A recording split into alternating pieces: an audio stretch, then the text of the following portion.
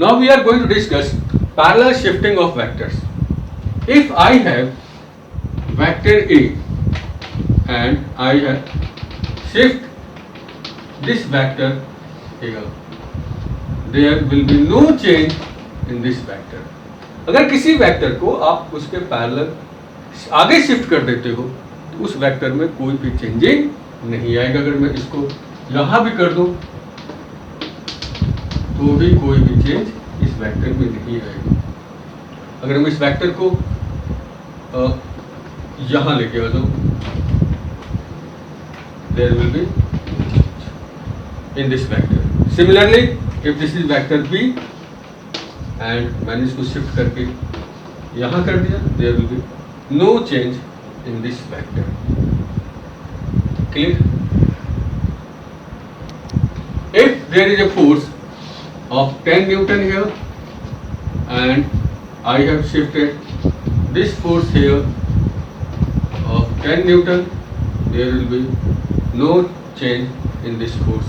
लेकिन कंडीशन ये है कि जिस ऑब्जेक्ट पे फोर्स यहाँ लग रहा था उस ऑब्जेक्ट पर भी फोर्स यहाँ लगना चाहिए. मीनिंग टू से कि अगर किसी वेक्टर को आप उसके पैरेलली आगे शिफ्ट कर देते हो, कहीं पर भी शिफ्ट कर देते हो, तो उस वेक्टर पे कोई भी इफेक्ट नहीं पड़ेगा. Next, now we are going to find out angle between two vectors. This is A, this is B, this is C, this is E. What will be the angle between two vectors in all these cases? Here angle is showing 90 degree, here 120 degree, here 60 degree, 120 degree. Is it true? No. Whenever we want angle between two vectors, we simply want to know what is the angle between head and head or tail and tail. अगर दो vector के बीच का angle आपको जानना है तो simply आपको ये पता करना है कि हेड और टेल के बीच में कितना एंगल होगा. ठीक है. Now here angle between tail and tail is 90 degree. It is correct. अब आप कह सकते हैं कि सर ये क्यों नहीं लिया? नहीं, स्मॉलर एंगल आपको लेना है.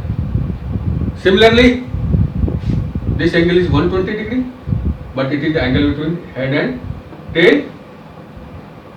Then what we have to do? इस वेक्टर को आगे शिफ्ट कर दो, पैरेलल शिफ्टिंग कर दो, like this one. Now किसी वेक्टर को पैरेलल शिफ्ट करते हो तो उस वेक्टर पर कोई इफेक्ट नहीं पड़ता, इस वेक्टर पर कोई इफेक्ट नहीं पड़ा. Now this is and this angle is angle between tail and tail. This will be 60 degree. What about this one? 60 degree. It is correct because angle is in between head and head. And smaller angle लेना, ये वाला angle नहीं लेना, right? What about this? Again this is angle between head and tail. लेकिन ये head है, ये tail है, लेकिन angle किसके पीछे चाहिए आपको? Either head and head or tail and tail. इसको थोड़ा सा इधर आप शिफ्ट कर दो, इधर शिफ्ट कर दिए. इस वेक्टर को आप यहाँ लेके आए, right. This is 120 degree. This will be how much? 60 degree. Angle in this case is 90, 60, 60 and 60. Thank you.